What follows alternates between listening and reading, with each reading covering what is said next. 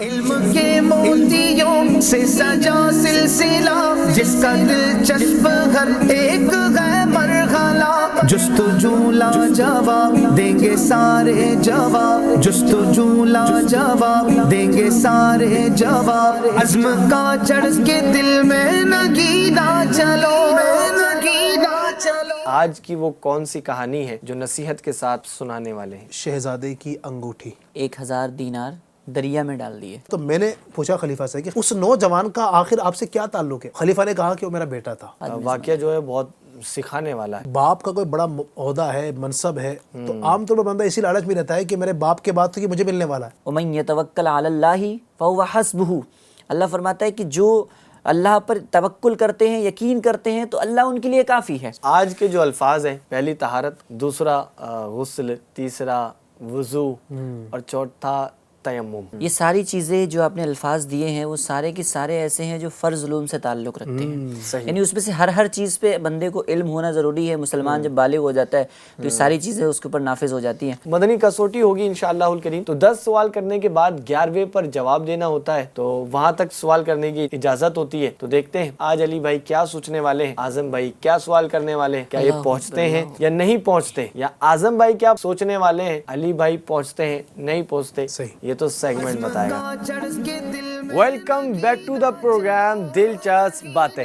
FGN channel کے ناظرین، کہا جاتا ہے کہ سچی بات سیدھی ہوتی ہے، اس لیے وہ دل کا راستہ جلدی طے کر کر دل تک پہنچ جاتی ہے۔ یہ سلسلہ آپ ملاحظہ کرتے ہیں، اس کے اندر واقعات بیان کیے جاتے ہیں، کچھ لفظوں پر تبصرہ بھی ہوتا ہے، اور بہت زیادہ یوں سمجھ لیں انفارمیٹیو گفتگو یہاں پر ہوتی ہے۔ آج بھی انشاءاللہ الکریم ہمارے وہ 2 اسپیشل گیسٹ جو شاندار گفتگو کرتے ہیں، دلچسپ واقعات کو بیان کرتے ہیں اور حیرت کن واقعات کو بیان کرتے ہیں، وہ آج بھی انشاءاللہ الکریم آپ کے درمیان ان واقعات کو بیان کریں گے اور تبصرہ کریں گے کچھ لفظوں پر۔ اور ہاں، جیسا کہ آپ کو معلوم ہے، ہمارے سلسلے کے لاسٹ میں ایک سیگمنٹ ہوتا ہے، یوں سمجھ لیں کسوٹی ہوتی ہے، ایک دلچسپی کے لیے ایک سیگمنٹ ہوتا ہے، بڑا شاندار ہوتا ہے، اس کا آپ کو انتظار بھی ہوتا ہوگا، اس کو بھی آج کرنا ہے۔ تو آئیے بلا تاخیر انوائٹ کرتے ہیں اپنے دونوں گیسٹ میں سے پہلے گیسٹ کو، مولانا علی مدنی صاحب کو۔ السلام علیکم ورحمۃ اللہ وبرکاتہ۔ وعلیکم السلام ورحمۃ اللہ وبرکاتہ۔ اللہ پاک کا فضل ہے، آپ ٹھیک ہیں؟ الحمدللہ رب العالمین، ماشاءاللہ، اللہ آپ کو اسی طرح مسکراتا رکھے، سلامت رکھے۔ FGN چینل کے ویورز اپنے سیکنڈ گیسٹ کو انوائٹ کرتے ہیں، مولانا اعظم مدنی صاحب کو۔ السلام علیکم ورحمۃ اللہ وبرکاتہ۔ وعلیکم السلام ورحمۃ اللہ وبرکاتہ۔ اللہ پاک کا فضل ہے، آپ ٹھیک ہیں؟ الحمدللہ رب العالمین۔ FGN چینل کے ویورز دونوں اسپیشل گیسٹ ہمارے تشریف لا چکے ہیں، آئیے پروگرام کو آگے کی جانب بڑھاتے ہیں، تشریف رکھیے حضور۔ FGN چینل کے ویورز، اللہ پاک کے آخری نبی رسول ہاشمی صلی اللہ تعالی علیہ وسلم نے ارشاد فرمایا، مجھ پر درود پڑھو، اللہ تم پر رحمت بھیجے گا۔ سبحان اللہ، صلو علی الحبیب صلی اللہ تعالی علی محمد صلی اللہ علیہ وسلم۔ FGN چینل کی ویورز، آئیے پہلے اپنے اسپیشل گیسٹ مولانا علی مدنی صاحب سے پوچھتے ہیں کہ آج کی وہ کون سی کہانی ہے جو نصیحت کے ساتھ آپ سنانے والے ہیں؟ آج کا جو ٹائٹل ہے اس کہانی کا وہ ہے شہزادے کی انگوٹھی۔ شہزادے کی انگوٹھی۔ شہزادوں کے تاج بھی ہوتے ہیں، لیکن ٹائٹل ہے انگوٹھی۔ انگوٹھی کے بارے میں بتائیں گے۔ اچھا، کیا بات ہے، ماشاءاللہ۔ FGN چینل کے ناظرین، ٹائٹل تو بڑا یونیک ہے کہ شہزادے کی انگوٹھی۔ اب اس انگوٹھی سے کیا ہونے والا ہے یا شہزادے کا کون سا واقعہ ہے، وہ تو جب واقعہ سنیں گے تب معلوم ہوگا۔ اعظم بھائی، آج آپ کون سا واقعہ بیان کرنے والے ہیں؟ آج جو واقعہ بیان ہونے والا ہے اس کا جو ٹائٹل ہے وہ ہے 1000 دینار دریا میں ڈال دیے، سمندر میں ڈال دیے۔ اچھا، 1000 دینار دریا میں ڈال دیے۔ نیکی کر دریا میں ڈال، اس طرح تو کہا جاتا ہے، تو دینار دریا میں ڈال یہ پہلی بار سن رہا ہوں میں۔ تو چلیں واقعہ سنیں گے تو پتہ چلے گا کہ اس واقعے کے اندر کیا ہے۔ FGN چینل کے ویورز، شروع کرتے ہیں اپنے پہلے سیگمنٹ کو، جس کا نام ہے کہانی نصیحت کے ساتھ۔ جی علی مدنی صاحب۔ بسم اللہ الرحمن الرحیم۔ آج کا جو واقعہ ہے کیف بھائی، وہ کچھ اس طریقے سے ہے کہ ایک بزرگ گزرے حضرت عبداللہ رحمۃ اللہ علیہ، وہ اس واقعے کو بیان کرتے ہیں جو بڑا ہی دلچسپ ہے اور نصیحتوں والا اور بہت کچھ سکھانے والا ہے۔ تو کچھ ہوا یوں کہ آپ فرماتے ہیں کہ ہمارے گھر میں ایک مرتبہ ایک مزدور کی ضرورت تھی. اچھا. گھر میں کچھ تعمیری کام وغیرہ کروانا تھا. تو کہتے ہیں کہ میں بازار گیا اور وہاں پر جو جس جگہ پر مزدور موجود ہوتے ہیں, آپ نے دیکھا ہو کئی جگہ پر شہروں کے اندر بھی کہ وہ ایک جگہ فکس ہوتی ہے, صبح صبح جو نا مزدور اپنا سامان لے کر وہاں موجود ہوتے ہیں, اور جس کو ضرورت ہوتی ہے تو وہ طے کر کے لے جاتے ہیں کتنے روپے لیں گے ان سے. بہرحال تو اب کہتے ہیں کہ میں وہاں پر گیا تو دیکھا کہ کچھ مزدور ہیں. ایک مزدور تھا جو بڑی دور بیٹھا ہوا تھا. اچھا, یعنی اپنے جو گروہ سے دوری ہی بیٹھا تھا, تھوڑا دوری بیٹھا ہوا تھا, الگ تھلگ تھا, اور بڑا کمزور سا نظر آ رہا تھا, لیکن عبادت ریاضت کا نور اس کے چہرے سے چمک رہا تھا. سبحان اللہ, نیک لگ رہا. اور جی ہاں نیک لگ رہا تھا دکھنے میں, اور تھا بڑا کمزور سا, نحیف سا, کمزور سا. اور حالت یہ تھی کہ اس کے پاس جو ہے نا وہ رسی رکھی ہوئی تھی اور ایک زنبیل, یعنی ایک طرح کی ٹوکری, جیسے آپ کہیں کھجوروں کے درخت پتوں سے بنائی جاتی ہے, اس طرح کی ٹوکری ہوتی ہے, مخصوص ٹوکری, وہ رکھی ہوئی تھی اور اس طرح وہ بیٹھا ہوا تھا. آپ کہتے ہیں میں اس کے پاس گیا اور اس سے سلام کیا اور کہا کہ کیا آپ مزدوری کریں گے؟ تو کہا بالکل کریں گے. تو آپ فرماتے ہیں میں نے پوچھا کہ کتنی رقم لیں گے آپ؟ اچھا, آپ کی جو مزدوری ہے وہ کتنی ہے؟ کہا کہ 1 درہم اور 1 دانق. دانق یعنی درہم کا چھٹا حصہ. ایک پورا درہم لوں گا اور 1 درہم کا دانق, 1 درہم کا چھٹا حصہ جو ہے میں وہ لوں گا. تو عبداللہ رحمۃ اللہ فرماتے ہیں کہ میں نے اس کی یہ شرط قبول کی اور کہا کہ چلیے. اس نے کہا کہ میری ایک شرط مزید ہے, اور یہ ہے کہ جب ظہر کا وقت ہو جائے گا, اذان ہوگی تو میں اپنا کام چھوڑ کر نماز ظہر کے لیے جاؤں گا. ٹھیک ہے. پھر جب عصر کی اذان ہوگی تو اپنا سارا کام کا چھوڑ کر میں عصر کی نماز پڑھنے کے لیے جاؤں گا. لہٰذا اگر یہ شرط تمہیں منظور ہے تو مجھے لے چلو, ورنہ کسی اور مزدور کو تلاش کر لو. آپ کہتے ہیں کہ میں نے کہا کہ کوئی مسئلہ نہیں ہے, نماز کے لیے میں کیوں منع کروں گا آپ کو, چلیے نماز کا وقت جیسے ہو جائے گا آپ چلے جائے گا. اب عبداللہ رحمۃ اللہ اسے اپنے ساتھ میں اپنے گھر لے کر آئے اور سارا کام بتا دیا کہ یہ کام تمہیں کرنا ہے, یہ تعمیری کام کرنا ہے, یہ دیوار بنانی ہے, یہ جو بھی کام کرنا ہے. اب کہتے ہیں کہ اس نے مجھ سے بنا کسی بات چیت کیے جو نا اپنے کاموں کے اندر وہ دل جمعی کے ساتھ لگ گیا. اچھا, کام کر رہا تھا, اتنے میں جیسے ہی مؤذن نے ظہر کی اذان دی اس نے اپنا کام روکا اچھا, اور کہا کہ اے عبداللہ نماز ظہر کا وقت ہو گیا ہے. آپ کہتے ہیں کہ میں نے کہا کہ ٹھیک ہے, آپ بالکل نماز پڑھنے چاہیے, نماز کے بعد آ جائیے گا. چنانچہ وہ نماز کے لیے گیا, نماز پڑھ کر واپس آیا, پھر اپنے کام کے اندر لگ گیا. بڑی جو ہے نا محنت کے ساتھ اپنا کام وہ اچھے انداز سے کر رہا تھا. پھر کچھ دیر کے بعد جب عصر کی اذان کا وقت ہوا, جیسے ہی عصر کی اذان مؤذن نے دی تو پھر اس نے کہا عبداللہ عصر کی اذان ہو چکی ہے. میں نے کہا ٹھیک ہے, آپ نماز پڑھنے جائیے, نماز کے بعد پھر آ جائیے گا. وہ پھر نماز کے لیے گیا اور نماز کے بعد وقت مناسب پر, وقت مقررہ پر دوبارہ وہ آیا اور کام کرنے لگا. اب پھر وقت گزرتا گیا, یہاں تک کہ مغرب کا وقت آنے لگا تو اس نے اپنا کام کاج مکمل کیا. غروب آفتاب کے وقت تک اس نے اپنا سارا کام جو تھا وہ اس نے اچھی طریقے سے اور جو نا وہ جلدی سے کام مکمل کیا اور میرے پاس آیا. تو لہٰذا میری جو طے ہوئی تھی اس سے رقم 1 درہم مکمل اور 1 درہم کا چھٹا حصہ میں نے اس کو دی. اس نے اللہ کا شکر ادا کیا اور وہ واپس چلا گیا. کہتے ہیں کہ کچھ دن گزرے تھے کہ ہمارے گھر میں پھر سے جو نا ہمیں ایک مزدور کی ضرورت محسوس ہوئی کہ ہمیں پھر سے کچھ کام کروانا تھا گھر میں. تو اب اس بار پھر میری بیوی نے کہا کہ تم اسی مزدور کو لے کر آنا جو پہلے لے کر آئے تھے, چونکہ وہ دیانت دار تھا, ایماندار تھا, نیک تھا, اور ہم نے اس کے عمل سے بہت کچھ سیکھا ہے. اس نے ہمیں بہت کچھ اپنے اعمال سے, اپنے کردار سے سکھایا ہے. کہتے ہیں کہ میں اسی مزدور کی تلاش میں پھر سے اسی جگہ پر پہنچا جہاں میں نے پہلی مرتبہ اس کو پایا تھا, لیکن اس بار کافی تلاش کیا تو ملا نہیں وہ. تو میں نے وہاں جو لوگ موجود تھے ان میں سے کسی سے پوچھا کہ بھئی وہ جو مزدور یہاں بیٹھتا تھا آج نہیں دکھ رہا ہے. تو لوگوں نے کہا اچھا وہ جو بڑا کمزور سا ہے اور اس طرح کے اوصاف ہیں. میں نے کہا ہاں وہی مزدور. تو انہوں نے کہا کہ وہ ہفتے میں صرف 1 دن, ہفتے کے دن آتا ہے, سنیچر کے دن, سیٹرڈے کو آتا ہے وہ. اس کے علاوہ کام نہیں کرتا, وہ 1 ہی دن کام کرتا ہے. اللہ کہتے ہیں مجھے بڑی حیرت ہوئی. خیر میں نے انتظار کیا پورے ہفتہ اس کا. پھر جب سنیچر کا جب دن آیا تو میں وقت مقررہ پر وہاں پر پہنچا تو دیکھا کہ وہاں پر وہ موجود ہے پہلے سے. صرف سنیچر کے دن صرف کام کرتا ہے, باقی دن مطلب اللہ پاک کی عبادت, ریاضت, جو بھی اس کے معاملات ہوں گے وہ اپنے طور پر بجا لاتا ہے. صرف 1 ہی دن کام کرتا ہے اور اسی سے وہ پورے ہفتے کی مزدوری جو ہوتی ہے وہ اسی سے چلاتا ہے, کیونکہ 1 درہم اس نے لیا اور 1 درہم کا چھٹا حصہ.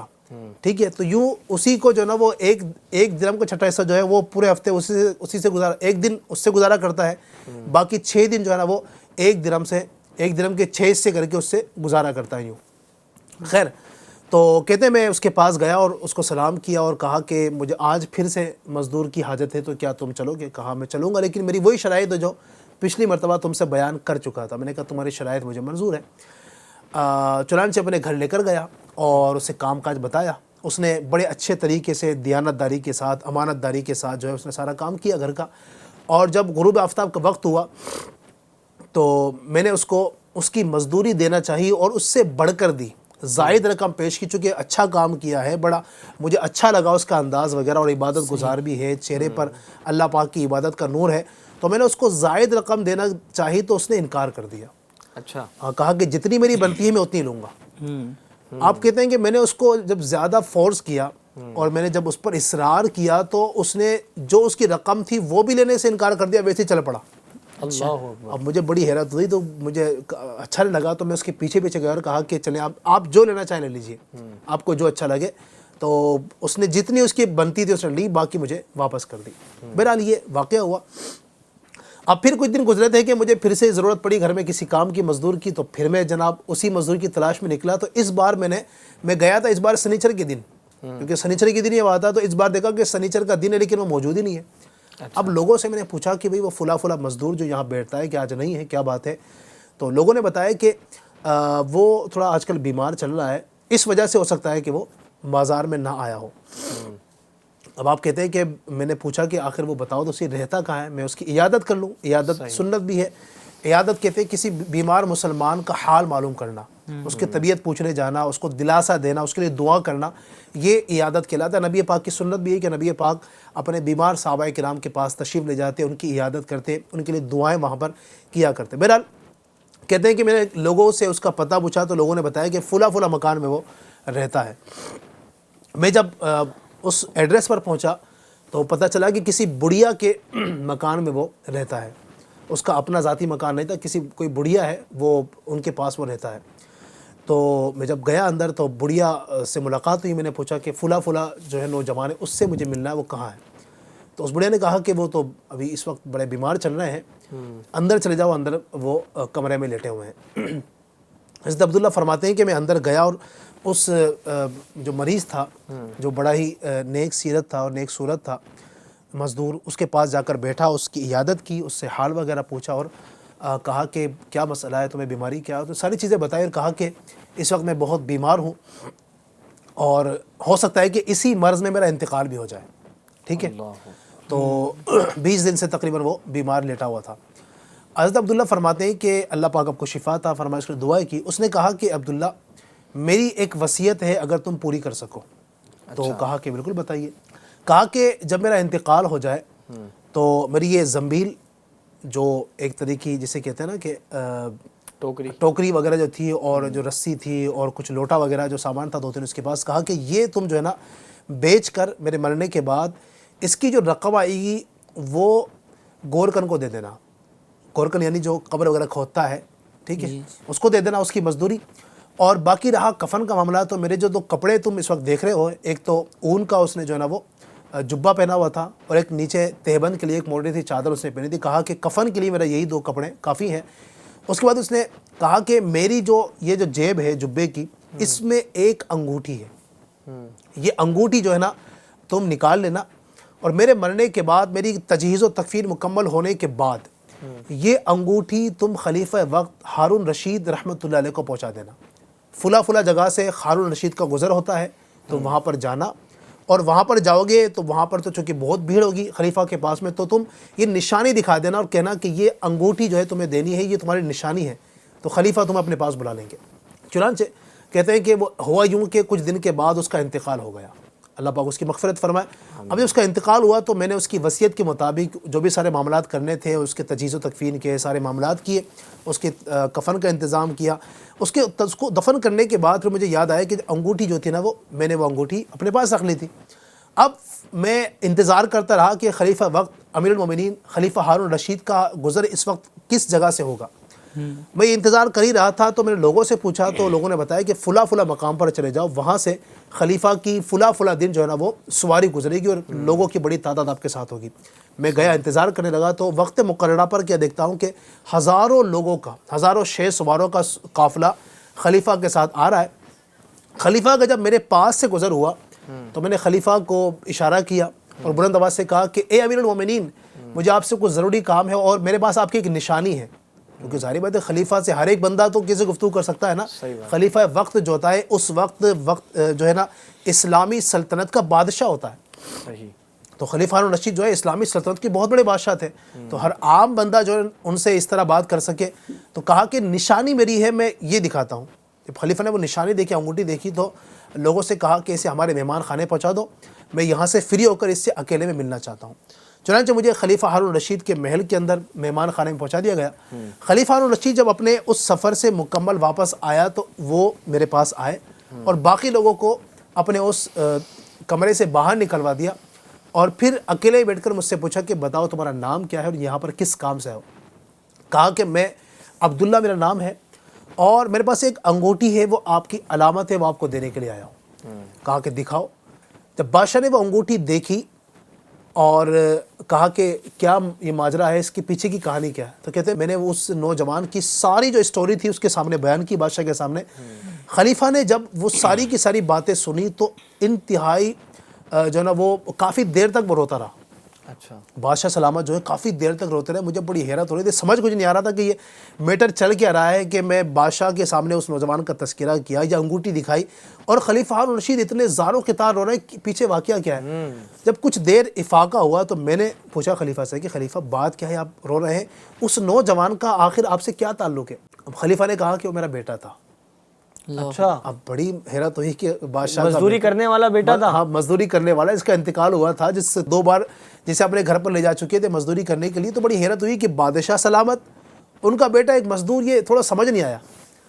تو پھر بادشاہ سے پوچھا کہ بادشاہ سلامت نے اس کا حال ایسے کیسے وہ آپ کے بیٹے کا, آپ تو بادشاہ سلامت ہیں, آپ وقت کے امیر المومنین ہیں, خلیفۃ المسلمین ہیں, اور آپ کا بیٹا اس طرح مطلب گمنام سا. تو کہا کہ بات دراصل یہ ہے کہ یہ جو میرا بیٹا ہے یہ مجھے خلافت ملنے سے پہلے پیدا ہوا تھا. میں امیر المومنین بننے سے میرے پہلے پیدا ہوا تھا اور بڑا ہم نے اس کی اچھے ماحول کے اندر, نیک ماحول کے اندر ہم نے تربیت کی. پھر جب یہ جوان ہوا تو اس وقت مجھے خلافت ملی, میں لوگوں کا امیر بنا, خلیفۃ المسلمین بنا, اسلامی بادشاہ میں بنا. تو اس کو جو ہے نا یہ بادشاہ اور یہ چیزیں جو ہے نا سمجھ نہیں آتی تھی. یہ تھا اللہ پاک سے محبت کرنے والا, تنہائی پسند کرنے والا. اس کی چونکہ تربیت بھی اسی ماحول میں ہوئی تھی, صحیح, تو اسی ماحول میں یہ پلا بڑا تھا. اور اس کے بعد جب مجھے خلافت ملی تو یہ مجھے چھوڑ کر کہیں الگ تھلگ ہو گیا. اسے یہ ساری چیزیں پسند نہیں تھی اور یہ میری ان چیزوں سے یہ جو ہے نا وہ خوش نہیں تھا. اس کی ماں جو ہے بڑی نیک سیرت تھی, تو میں نے اس کی ماں کو جو ہے ایک انگوٹھی دی اور کہا کہ اپنے بیٹے کو دے دو, اور بڑی قیمتی انگوٹھی ہے, اس میں کافی جو ہے نا وہ موتی وغیرہ لگے ہوئے ہیں, اور میں نے کہا تھا کہ ضرورت پڑے گی تو یہ اسے بیچ کر اپنی ضرورت کے کام کر لے گا. اس کے بعد جو ہے نا ہمیں چھوڑ کر وہاں سے چلا گیا, اور اس کے بعد آج تک مجھے پتہ نہیں تھا کہ میرا بیٹا کہاں ہے. آج تم سے ملا ہوں تو پتہ چلا ہے کہ میرا بیٹا جو ہے نا انتقال کر چکا ہے. پھر بادشاہ نے کہا کہ تم مجھے اس کی قبر پر لے چلو. رات کو رات ہوئی تو میں بادشاہ کو اس کی بیٹے کی قبر پر لے کر گیا. بادشاہ وہاں پر جا کر زاروں قطار روتا رہا, پوری رات روتا رہا. پھر وہ واپس آئے. پھر روزانہ کہتے ہیں کہ بادشاہ مجھے اپنے ساتھ لے کر جاتے, میں اس کی بیٹے کی قبر پر جاتے, اس کی فاتحہ خوانی وغیرہ ہوتی, بادشاہ روتا. اس طرح سلسلہ چلتا رہا. حضرت عبداللہ فرماتے ہیں کہ مجھے پتہ نہیں تھا کہ یہ جو نوجوان ہے یہ خلیفہ وقت امیر المومنین خلیفۃ المسلمین ہارون رشید کا بیٹا ہے, اور آج مجھے پتہ چلا ہے کہ یہ ان کا بیٹا ہے. تو یوں اس طریقے سے یہ پورا واقعہ ہوا. طویل واقعہ ہے, اور اس میں آپ دیکھیں کہ بہت سارے سیکھنے کے مدنی پھول ہیں, قیمتی پھول ہیں, جو اس کہانی کے پیچھے سبق ہے بہت سارا ہے.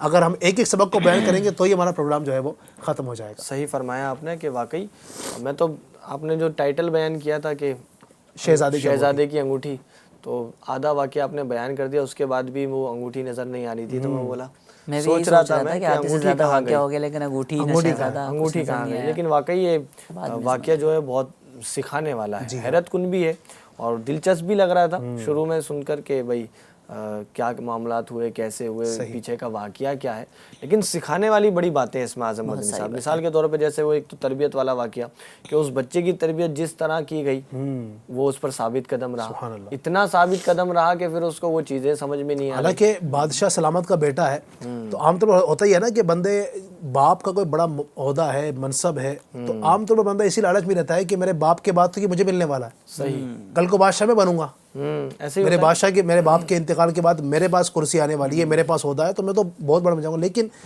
دنیاوی لالچ کے پیچھے نہیں گیا وہ, اس نے آخرت کو ترجیح دی اور اس نے یہ سوچا کہ میں اللہ تبارک و تعالیٰ کے قریب زیادہ رہوں گا.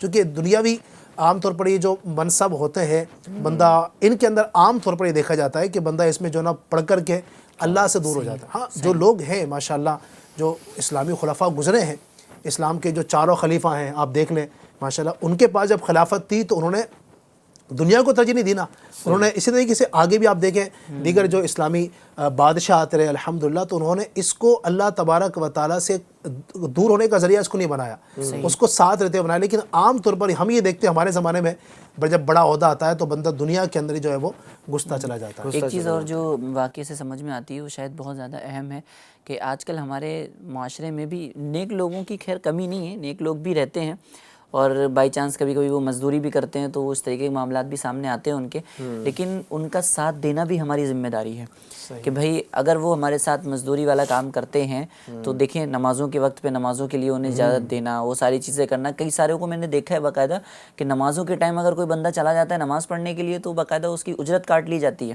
آپ دیکھیں نماز اللہ نے فرض کی ہے, آپ مسلمان ہیں ٹھیک ہے, آپ کے پاس مزدور آیا ہوا ہے نماز کی بھی ریکویسٹ کر رہا ہے, اور اگر نہیں بھی کر رہا ہے تو آپ کو بھی نماز پڑھنی چاہیے, اس کو بھی بھیجنا چاہیے نماز کے لیے, اور اس طریقے کا معاملہ کرنا چاہیے. لیکن کئی بار ایسا ہوتا ہے کہ لوگ جو ہے وہ نمازوں کی ٹائمنگ کی بھی اجرت کاٹ رہے ہوتے ہیں. اس طریقے جائز بھی نہیں ہے, ظاہر سی بات ہے اس طرح کرنا. اور اس میں مزدور کی بھی آپ دیکھیں کتنی پیاری بات ہے کہ وہ اس نے شرط بھی لگائی پہلے سے نا کہ میں کام اسی صورت میں کروں گا کہ نماز کے وقت میں نماز پڑھوں گا. کتنی پیاری بات ہے. نہیں ہم سب کے لیے سیکھنے کا کام میں برکت بھی ہوتی ہے, اور یہ سب کے لیے سیکھنے کا. جو ہمارے ناظرین سننے والے ہیں ظاہر وہ بھی کہیں نہ کہیں کام کرتے ہوں گے, مزدوری کرتے ہوں گے, یا آپ بزنس کرتے ہوں گے, کسی آفس میں کام کرتے ہوں گے. نماز کا وقت ہو جائے ٹھیک ہے, جب جماعت کا وقت ہو جائے تو ہمیں یہ چاہیے کہ اپنے کام کاج کو چھوڑ کر ہم نماز کے لیے جائیں. یہ بھی ہمیں سیکھنے کو ملتا ہے. اللہ پاک ہمیں, کیونکہ درس تو بہت سارے ہیں, کس پر بات کریں ہمارا ٹائم چلا جائے گا. اس میں یہ بھی ہے کہ ویسے جیسا اعظم مدنی صاحب نے فرمایا ایسا ہوتا ہوگا کچھ جگہوں پر, لیکن میں نے جو دیکھا ہے وہ ایسا دیکھا ہے کہ اگر کوئی کام کرنے والا آگے سے آ کے جب کہتا ہے نا کہ بھائی مجھے نماز پڑھنی ہے, نماز کے ٹائم مجھے جانا ہے, تو کام پہ رکھنے والا بھی پتہ ہے خوش ہو جاتا ہے کہ یار یہ تو بندہ اچھا ملا مجھے, تو وہ ٹائم دیتا ہے تو اکثر لوگ خوشی کا اظہار بھی کرتے ہیں اور پھر اس کی برکتیں بھی وہ پا رہے ہوتے ہیں. بڑھتے ہیں دوسرے واقعے کی جانب کہانی نصیحت کے ساتھ. جی اعظم مدنی صاحب. بسم اللہ الرحمن الرحیم و صلی اللہ علی محمد صلی اللہ علیہ وسلم. ماشاءاللہ کیب بھائی جیسے ہمارا سیگمنٹ بھی ہے کہانی نصیحت کے ساتھ, اور اسٹوریز بھی جو ہے وہ انٹرسٹنگ ہوتی ہیں اور اس کے اندر کچھ نہ کچھ سیکھنے کو بھی ملتا ہے.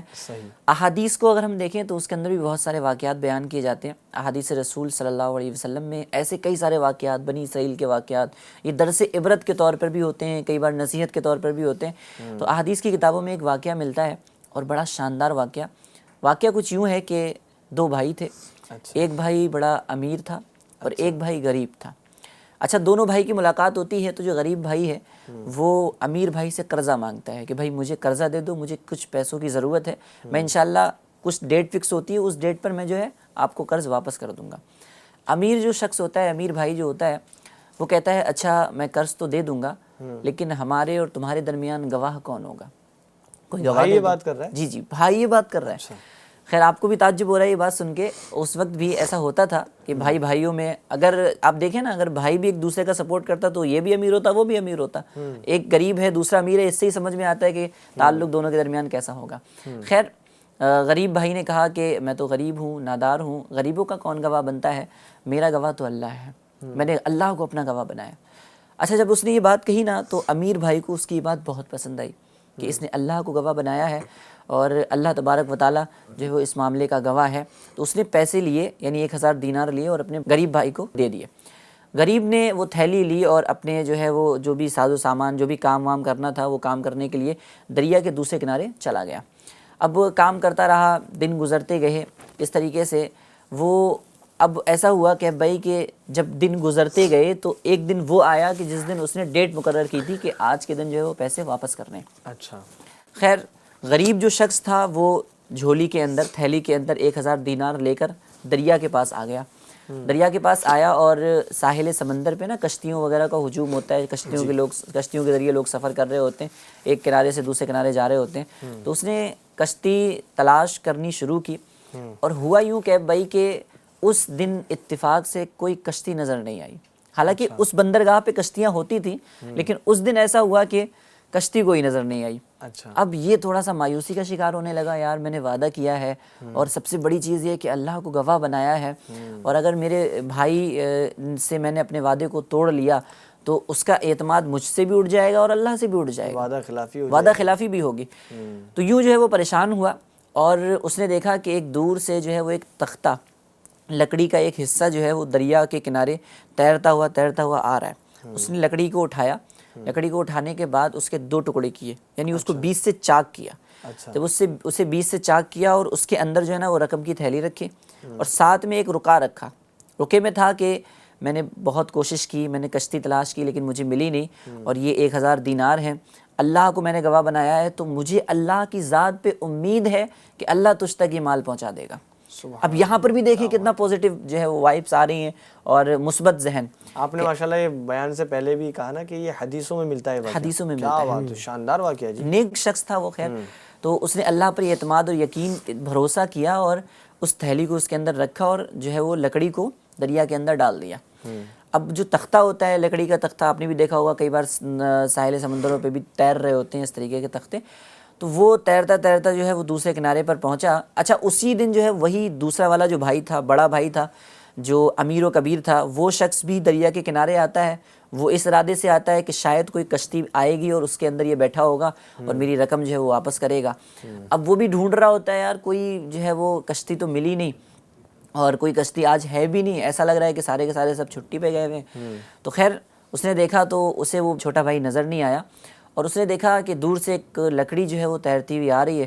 تو اس نے سوچا یار چلے میرے آنے کا کوئی فائدہ تو نہیں ہوا، یہ لکڑی لے جاتا ہوں اور اس لکڑی سے جو ہے وہ اپنا ایندھن اور ضرورت کی جو چیزیں ہیں وہ کرنے کی کوشش کروں گا، کھانا وانا بن جائے گا اس لکڑی سے، یعنی کوئی نہ کوئی استعمال میں، کوئی نہ کوئی استعمال میں آ ہی جائے گی، تو میرے آنے کا کچھ نہ کچھ فائدہ ہو ہی جائے گا۔ کہتے نہیں کہ بھائی چلے ہمارا مقصد حل نہیں ہوا تو کچھ نہ کچھ لے کے ہی چلتے بنے۔ خیر اس نے لکڑی لی اور وہ گھر چلا گیا، اور کہ بھائی جب اس نے لکڑی کو گھر لے جانے کے بعد کھولی اور اس کو جو ہے وہ 2 ٹکڑے کیے نا، آدھی سے جب 2 ٹکڑے کرتے ہیں، 2 ٹکڑے کیے تو اس کے اندر وہی لکڑی تھی، اور اس کے اندر وہی 1000 دینار تھے، اور وہ رکا بھی سلامت تھا۔ اللہ کی قدرت دیکھیں، آپ دیکھیں جب کسی کاغذ کو سمندر میں یا پانی میں ڈالا جاتا ہے تو کیا ہوتا ہے، کاغذ گل جاتا ہے، سڑ جاتا ہے، اور اس کے جو الفاظ ہوتے ہیں وہ منہدم ہو جاتے ہیں، الفاظ ختم ہو جاتے ہیں، لیکن اللہ کی قدرت دیکھیں کہ وہ پورا کا پورا رکا بھی سلامت ہے، کاغذ کا ٹکڑا بھی سلامت ہے، اور اس کے جو 1000 درہم ہے وہ بھی سلامت ہے۔ وہ درہموں کو لیتا ہے، اور لینے کے بعد جب کاغذ کو کھولتا ہے تو اس کے اندر لکھا ہوتا ہے کہ بھائی میں تیرے وعدے کے مطابق جو ہے میں نے کوشش کی تھی، اور اللہ گواہ ہے اس بات کا کہ میں نے کوشش کی تھی لیکن کوئی کشتی نظر نہیں آئی، اور میں یہ 1000 درہم دے رہا ہوں، اور اللہ کی ذات سے مجھے امید ہے کہ یہ درہم تجھ تک پہنچ جائیں گے۔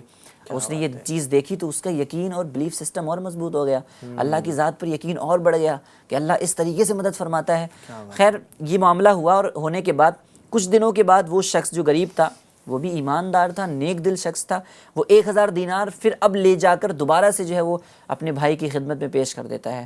کہتا ہے یار میں نے کوشش کی تھی، اب پتہ نہیں آپ تک وہ درہم پہنچے، دینار پہنچے یا نہیں پہنچے۔ اب اس میں بھی دیکھیں آپ سیکھنے والی کتنی ساری باتیں ہیں۔ وہ درہم لے کر جاتا ہے، اور اس کے بھائی جو ہے وہ جب اسے دیکھتا ہے تو کہتا ہے کہ جو تم نے وعدہ کیا تھا، جو تم نے عہد کیا تھا، اللہ تبارک و تعالیٰ نے تمہارے عہد کو پورا فرما دیا ہے۔ تمہارا جو یقین تھا واقعی میں، جو تم نے گواہ جس ذات کو بنایا تھا، اس ذات نے مجھ تک وہ 1000 دینار پہنچا دیے، اور یہ والی جو رقم ہے آپ واپس لے لو۔ تو یہ دیکھیں اللہ تبارک و تعالیٰ کی ذات پر جو بندہ یقین کرتا ہے تو اللہ کس انداز میں اس کی مدد فرماتا ہے۔ اللہ نے قرآن میں فرمایا نا، وَمَن يَتَوَكَّلْ عَلَى اللَّهِ فَهُوَ حَسْبُهُ، اللہ فرماتا ہے کہ جو اللہ پر توکل کرتے ہیں، یقین کرتے ہیں، تو اللہ ان کے لیے کافی ہے۔ آپ دیکھیں، آپ اسباب اختیار کریں، اسباب اختیار کرنے کے بعد پھر جو ہے فائنلی آپ اللہ پر یقین کر لیں، اللہ پر بھروسہ کر لیں، تو انشاءاللہ کئی مرتبہ تو ایسا ہوتا ہے کہ اسباب بھی نظر نہیں آ رہے ہوتے، لیکن توکل وہ کام کر دیتا ہے کہ جو اسباب بھی کام نہیں کر رہے ہوتے۔ کیا بات ہے، ماشاءاللہ، بڑا شاندار واقعہ آپ نے بیان کیا ہے، بڑا پیارا واقعہ ہے۔ اور پھر اس میں سیکھنے والی بات تو یہ بھی ہے، وہ دو بھائیوں کا رویہ، وہ کیسا رویہ ہے، وہ ان کا رویہ ہے، لیکن ایسا ہونا تو نہیں چاہیے۔ اگر بھائی کو حاجت پڑے تو قرض نہ دے، بلکہ خود اس کو اس کی بارگاہ میں پیش کر دے، اس کو دے دے کہ بھائی تیرا مسئلہ حل ہو جائے، یہ رقم اپنے پاس طرف آپ دیکھیں کہ ایک طرف امیر کا رویہ تھا اور دوسری طرف ایک غریب کا رویہ تھا کہ اپنے وعدے کو کس طریقے سے وہ پورا کرنے کی کوشش کر رہا ماشاءاللہ۔ ہاں، یعنی اس دور کے اندر بھی اگر ہم اس طرح محبتیں ہوں بھائیوں کے اندر، چونکہ آج کل تو وہ پوری جائیداد ہڑپ کرنے کی کوشش کرتے ہیں، بالخصوص والد کے انتقال کے بعد جو گھروں میں لڑائیاں ہوتی ہیں جناب والا، وہ گھر الگ ہو جاتے ہیں، پھر بعض اوقات دشمنیاں تک ہو جاتی ہے، ہاتھ پاؤں تک چل جاتے ہیں۔ آپ پوری جائیداد کی بات کر رہے ہیں، یہاں ایک بالش زمین کے پیچھے لڑائیاں ہو جاتی ہیں کہ یہاں سے اینٹ رکھنی تھی تو یہاں سے کیوں رکھ لی۔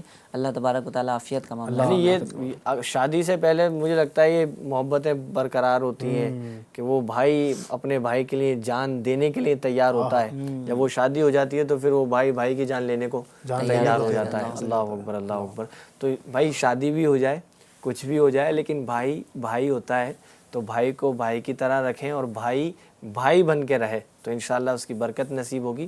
اور ویسے بات بھی یہ کہی جاتی ہے کہ دیکھیں، مثال کے طور پہ جو چیز اکٹھی رہتی ہے اس میں برکت بھی ہوتی ہے، اور جو چیز اکٹھی رہتی ہے اس کو کوئی بکھیرتا نہیں ہے۔ مثال کے ایک تسبیح کی بھی اگر مثال دی جائے تو پھر وہ تسبیح کے دانے کس چیز سے جڑے ہوتے ہیں؟ دھاگے سے جڑے ہوتے ہیں، ٹھیک ہے۔ اگر وہ تسبیح کا جو دھاگا ہے وہ کھل جائے، اس میں سے کوئی دانہ نکل جائے تو پھر وہ الگ رہ جاتا ہے، باقی پھر ساری تسبیح کے جو دانے وہ ایک ساتھ رہتے ہیں۔ تو کوشش یہی کریں کہ اپنے والدین کے دھاگے، یعنی اس تسبیح کے دھاگے کے اندر اس دانے کو پروئے رکھیں اپنے آپ کو، تو انشاءاللہ اس کی برکت آپ کو نصیب ہوگی۔ دور نہ جائیں، اگر نا اتفاقی ہو بھی جائے تو اس کو دور کر لیں۔ دیکھیں کیا جاتا ہے کہ اگر آپ یوں کہہ دیں گے کہ بھائی جو ہوا سو ہوا، اب میں چاہتا ہوں کہ اب سب کچھ ٹھیک کیا جائے اور خیر سے مکمل کیا جائے، اور اب کی جو زندگی ہے اس کو اچھے انداز سے جیا جائے۔ اگر چلے بھائی کوئی غلطی ہو گئی علی بھائی تو بندہ معافی مانگ لے، اگر غلطی نہ ہو تو کوئی بڑا چھوٹا بن جائے، یا جو چھوٹا ہے وہ تو چھوٹا ہے ہی، اس کو چھوٹا بننے میں ہوگا کیا؟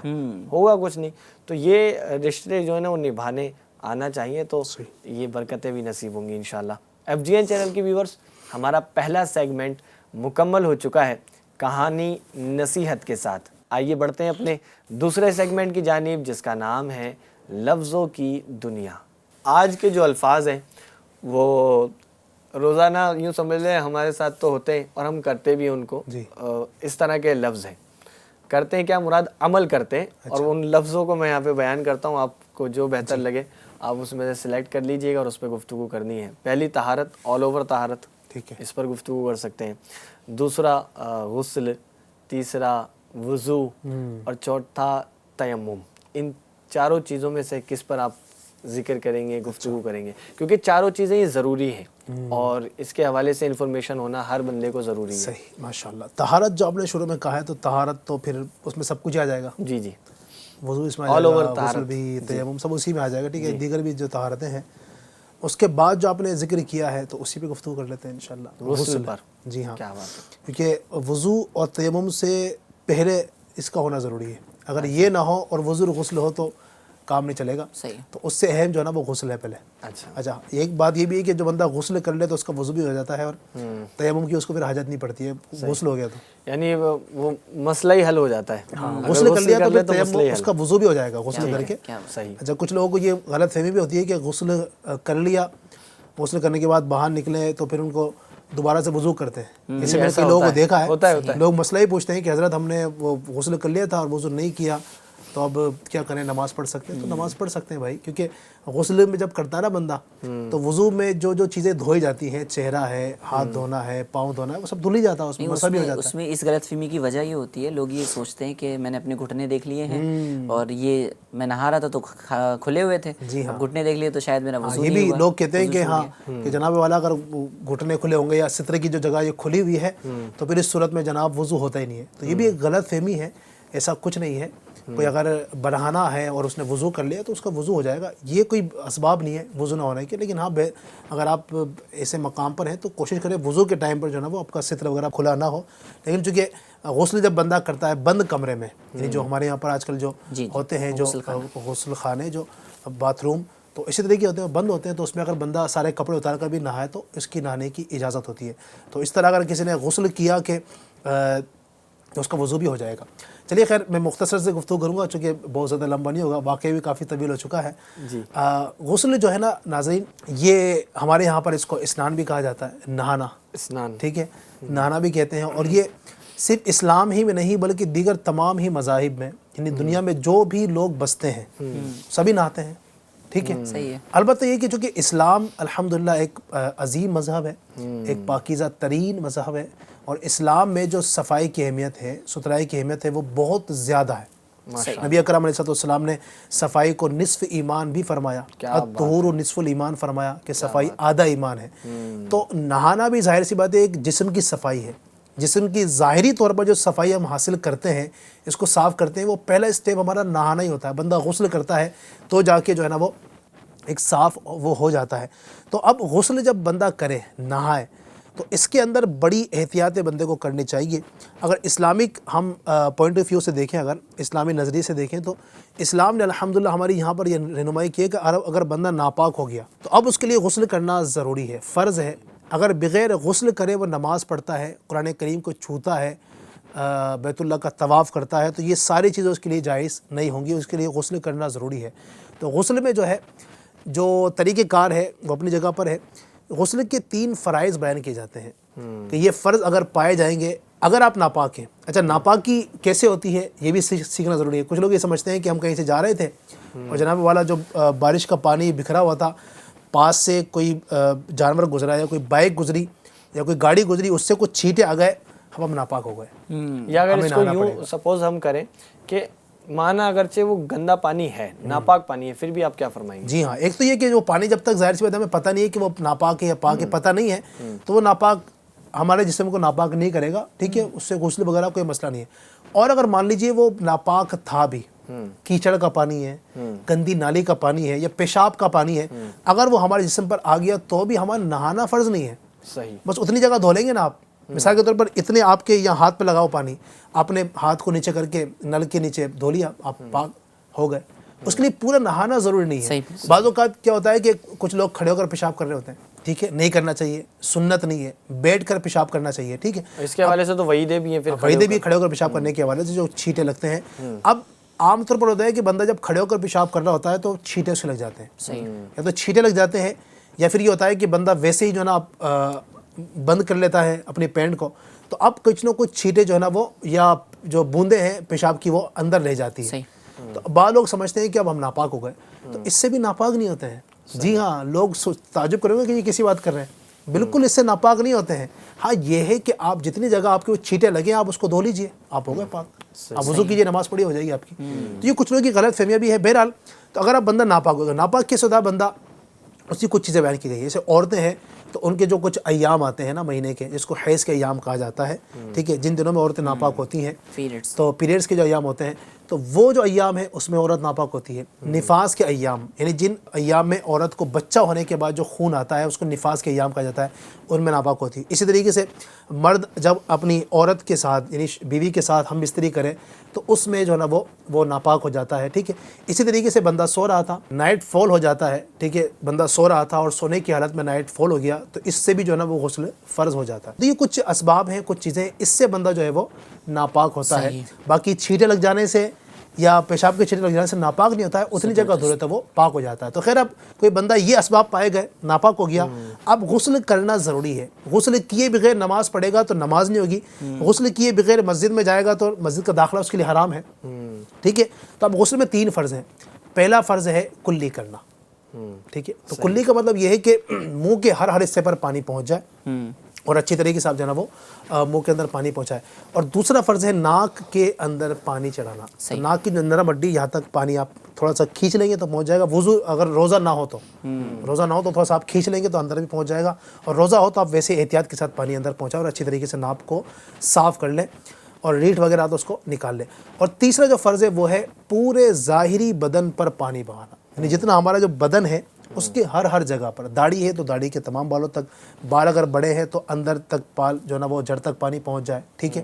اسی طریقے سے کچھ جگہ ایسی ہوتی ہے جہاں پر احتیاط کرنا ضروری ہے، جیسے یہ بغل کے نیچے کا حصہ، اگر آپ ایسے ہی نہائیں گے تو پانی نہیں پہنچے گا، تو یہاں تک پانی پہنچانا، ٹھیک ہے۔ اسی طریقے سے اگر آپ بیٹھ کر نہا رہے ہیں تو اب دونوں پاؤں موڑ کر آپ بیٹھے ہوئے ہیں، ٹھیک ہے، تو گھٹنے کے نیچے کا جو حصہ ہے اس کو کھول کر یہاں پانی پہنچانا، ٹھیک ہے۔ اس طریقے سے آگے پیچھے تمام جو مقامات ہیں احتیاط کے ساتھ جو ہے وہ غسل کیا جائے، یہ چیزیں ہمیں اس میں خیال کرنی چاہیے غسل کے اندر۔ FGN چینل کے ویورز، علی بھائی نے جو ماشاءاللہ الکریم غسل کے حوالے سے بڑی پیاری گفتگو فرمائی ہے، اور جو عوام میں غلط فہمیاں ہوتی ہیں ان کو بھی واضح کیا ہے کہ یہ غلط فہمیاں ہیں، ان کو دور کر لیں، اور دور ہو بھی گئی ہوں گی سننے والوں کی تو مزید دوسروں کو بھی بتائیں اس طرح کہ غسل کرنے کے بعد وضو کی حاجت نہیں ہوتی۔ مزید اس کے علاوہ بڑی پیاری گفتگو فرمائی کہ جو جسم کے اعضاء ہیں کہیں پر حاجت ہے توجہ دینے کی، اور کہیں پر آپ زیادہ توجہ نہ بھی دیں، توجہ ہے نا، تو وہاں پانی بہہ جاتا ہے، پہنچ جاتا ہے۔ لیکن کچھ جگہ ایسی ہیں جہاں توجہ دینی چاہیے تو وہاں پر بالخصوص پانی بہائے تو یہ غسل آپ کا درست ہوگا۔ آئیے بڑھتے ہیں اعظم مدنی صاحب کی جانب۔ جی حضرت، غسل پر تو بات ہو چکی ہے، آپ کس پر گفتگو فرمانا چاہیں گے؟ پہلی چیز تو کیف بھائی، علی بھائی ماشاءاللہ جو بیان کیا گیا، یہ ساری چیزیں جو آپ نے الفاظ دیے ہیں وہ سارے کے سارے ایسے ہیں جو فرض علوم سے تعلق رکھتے ہیں، یعنی اس میں سے ہر چیز پہ بندے کو علم ہونا ضروری ہے۔ مسلمان جب بالغ ہو جاتا ہے تو یہ ساری چیزیں اس کے اوپر نافذ ہو جاتی ہیں۔ لوگ تو اس کے بارے میں سوچتے ہی نہیں ہیں، وہ سوچتے ہیں کہ نہیں جیسے ہمارے ابو وضو کرتے ہیں، امی وضو کرتی ہیں، ہم بھی ویسی وضو کر لیں، جیسے وہ نماز پڑھتے ہیں تو ہم بھی ویسی کر لیں۔ یہ سب چیزیں دیکھا دکھی ہو رہی ہوتی ہیں۔ پھر ایک یہ بھی ہوتا ہے کہ وہ وضو کر رہے ہوتے ہیں تو اس طرح چوم رہے ہوتے ہیں، چوم بھی رہے ہوتے ہیں۔ خیر کیا سینس سے الگ ہے، چوم رہے ہوتے ہیں، پھر وہ جو نا وہ چنو میں پانی لا کر اس طرح وہ ڈال رہے ہوتے ہیں۔ کوئی تو ڈالتے بھی نہیں ہے، اس کو پتہ ہے کیا کرتے ہیں، پانی بھرا ایسا کر لیتے تو یہ ایک سب کا اپنا الگ تھیم سی کریٹ ہو گئی ہے۔ وہی یہ اب کس پہ کلام کیا جائے اور کس پہ، اور سب پہ تفصیلی کلام۔ ابھی ماشاءاللہ غسل پہ کافی گفتگو ہوئی ہے، لیکن ابھی بھی اگر کہا جائے کہ غسل پہ اچھی خاصی گفتگو کر سکتے ہیں، اس کی سنتیں ہیں، پھر اس کے مستحبات الگ ہیں، وہ بہت ساری چیزیں ہیں۔ انسان کو ہر چیز کے بارے میں پڑھنا چاہیے، اور باقاعدہ کورسز ہوتے ہیں الحمدللہ دعوت اسلامی انڈیا کی جانب سے، بھائی فرض علوم کے کورسز ہوتے ہیں تو وہ انسان کو کرنا چاہیے، تو انشاءاللہ ساری چیزیں آئیں گی۔ خیر ماشاءاللہ علی بھائی نے جو ہے غسل پہ گفتگو کی ہے۔ اب غسل کے بعد ڈائریکٹ جو ہے وہ نمبر آتا ہے وضو کا۔ غسل کے بعد جو ہے وہ کئی بار ایسا ہوتا ہے کہ اب انسان جو ہے حدث اصغر اگر اس کے ساتھ لاحق ہوتا ہے تو اس کا وضو ٹوٹ جاتا ہے، غسل پھر بھی برقرار رہتا ہے، اب بھی وہ نماز نہیں پڑھ سکتا۔ نماز کے لیے وضو اور غسل دونوں کا ہونا ضروری ہے۔ جو مشکل الفاظ آئیں تو اگر ان کو آپ آسان کر دیں گے تو مجھے لگتا ہے یعنی حدث اصغر یعنی ایسی چیز کا لاحق ہو جانا کہ جس سے انسان کا غسل تو فرض نہیں ہوتا جو غسل کے اسباب بیان کیے گئے، لیکن بہرحال وضو ٹوٹ جاتا ہے، جیسے کہ مثال کے طور پہ ریح کا خارج ہو جانا یا پیشاب کر لینا، ان سب چیزوں سے غسل تو فرض نہیں ہوتا لیکن بہرحال وضو ٹوٹ جاتا ہے، اور پھر نماز کے لیے انسان کو وضو کرنا بھی ضروری ہوتا ہے۔ تو پہلے تو یہ دیکھیں کہ وضو جب بندہ کرتا ہے تو سب سے پہلی چیز یہ ہوتی ہے کہ بندہ نیت کرتا ہے۔ اب اس نیت کرنے کو سنت قرار دیا گیا، اب اس کو بھی ہم تھوڑا ڈیپلی سمجھیں تو حضور سیدی اعلیٰ حضرت رحمۃ اللہ تعالیٰ علیہ فتاوی رضویہ جلد 4 صفحہ نمبر 616 پہ فرماتے ہیں کہ اگر کوئی شخص جو وضو کی نیت ہے اس کے متعلق فرماتے ہیں کہ اگر کوئی شخص وضو میں نیت نہ کرے اور اس نہ کرنے کو اپنی عادت بنا لے، جب بندہ عادتاً نیت نہیں کرتا ہے تو اعلیٰ حضرت نے فرمایا کہ وہ شخص گناہگار ہوتا ہے، اور یہ جو سنت ہے وہ سنت مؤکدہ ہے۔ تو ہمیں ہمیشہ کوشش کرنی چاہیے کہ ہم وضو کریں تو ویسے تو نیت دل کے ارادے کو کہتے ہیں، دل میں ہی بندہ نیت کر لے تو انشاءاللہ جو ہے وہ نیت کا ثواب بھی انشاءاللہ حاصل ہو جائے گا۔ جو بھی میں سمجھتا ہوں جو وضو کرنے والا اس کی نیت ہوتی ہے، نیت ہوتی ہے۔ اب کوئی قصدن کہے کہ میں وضو نہیں کرتا تو یہ پھر مجھے لگتا ہے شاید بات ادھر جائے گی، ورنہ کیونکہ بندہ جو مسجد میں آیا ہے، جو وضو خانے پر جا رہا ہے، اس کی اس لیے جا رہا وضو کرنے کے لیے، کوئی ٹائم دل میں بھی نیت ہوتی ہے اور زبان سے کہہ لے گا تو بھی اچھا کام ہے، مستحب کام ہے، بندہ زبان سے بھی نیت کا اظہار کر سکتا ہے۔ خیر وضو جو ہے صرف نماز ہی کے لیے نہیں کیا جاتا کہ بھائی، وضو ایک بہت اچھی عبادت بھی ہے، کہا جائے کہ عبادت کی طرف لے جانے والا سبب ہے، تو کچھ عبادتیں سبباً عبادت ہوتی ہیں، تو یہ ایک ایسی عبادت ہے جس کے بارے میں کہا گیا کہ جب بندہ سوتا ہے، سونے سے پہلے اگر وہ وضو کر لیتا ہے تو اس کی بھی فضائل بیان کیے گئے۔ ایک حدیث پاک ہے، میں آپ کو سناؤں، فرمایا گیا کہ باوضو سونے والا روزہ رکھ کر عبادت کرنے والے کی طرح ہے۔ یعنی کتنی بڑی فضیلت ہے، ایک بندہ روزہ رکھ کر عبادت کر رہا ہے اور دوسرا بندہ وضو کر کے سو رہا ہے، تو دونوں کو برابر قرار دیا گیا ثواب کے اندر۔ تو بندے کو کوشش کرنی چاہیے کہ کم سے کم جو ہے وہ اس عبادت کو اور اس ثواب کو حاصل کر لے، اور کرنا کیا ہے، بس وضو کر کے اسے آرام کرنا ہے، سونا ہے۔ تو ہمیں اپنی کوششوں کے اندر اس چیز کو شامل کرنا چاہیے کہ ہم جب بھی سوئیں تو وضو کر کے سوئیں۔ اچھا، اس کے فضائل اگر دیکھیں تو فضائل بھی بہت سارے ہیں، اس کے طریقہ کار بھی اگر دیکھیں تو اس پہ بھی بہت لمبی گفتگو کی جا سکتی ہے، لیکن فضائل کو میں شارٹ میں بیان کرتا ہوں۔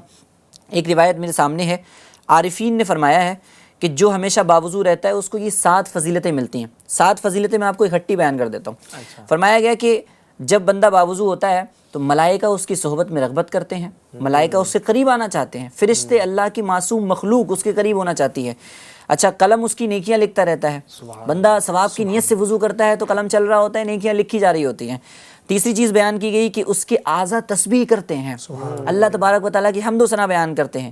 چوتھی چیز بیان کی گئی کہ اس سے تکبیر اولیٰ کبھی فوت نہ ہو، یعنی جب بندہ باوضو ہوتا ہی ہے تو تکبیر اولیٰ کیسے فوت ہو سکتی ہے؟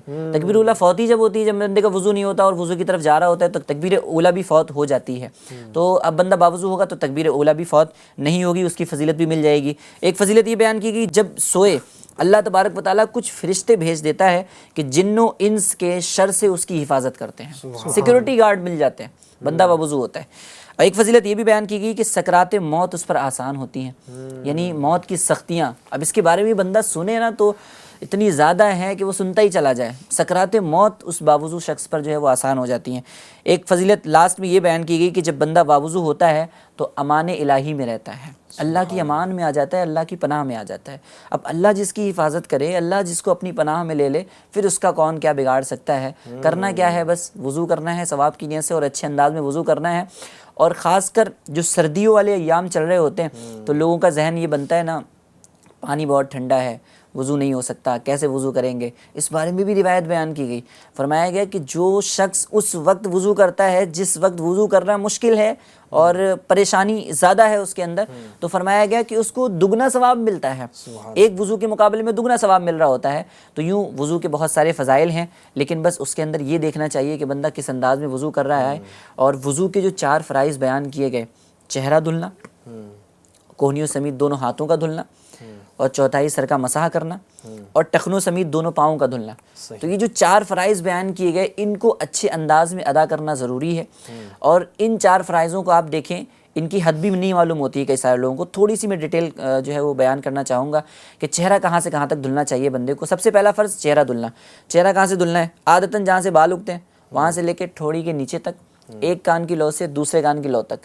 ابھی جو اتنا دائرہ ہے، اتنا جو ہے حصہ ہے، یہ سارا کا سارا چہرے میں آتا ہے۔ اب کچھ لوگ ہوتے ہیں ٹھنڈے پانی یا گرم پانی کی وجہ سے بس ایسے ہی مار لیتے ہیں پانی چہرے پہ، یہاں تک پانی نہیں پہنچ رہا ہوتا۔ کبھی کبھی کچھ لوگ ایسا بھی کر رہے ہوتے ہیں سردیوں کے اندر کہ جب گرم پانی ہوتا ہے تو اس کو چہرے پر مارتے ہیں تو گرم شدت ہوتی ہے اس کے اندر، تو آنکھوں کو بہت زور سے بند کرتے ہیں، دبا کے بند کرتے ہیں، جس کی وجہ سے پلکیں ایک دوسرے پر چڑھ جاتی ہیں۔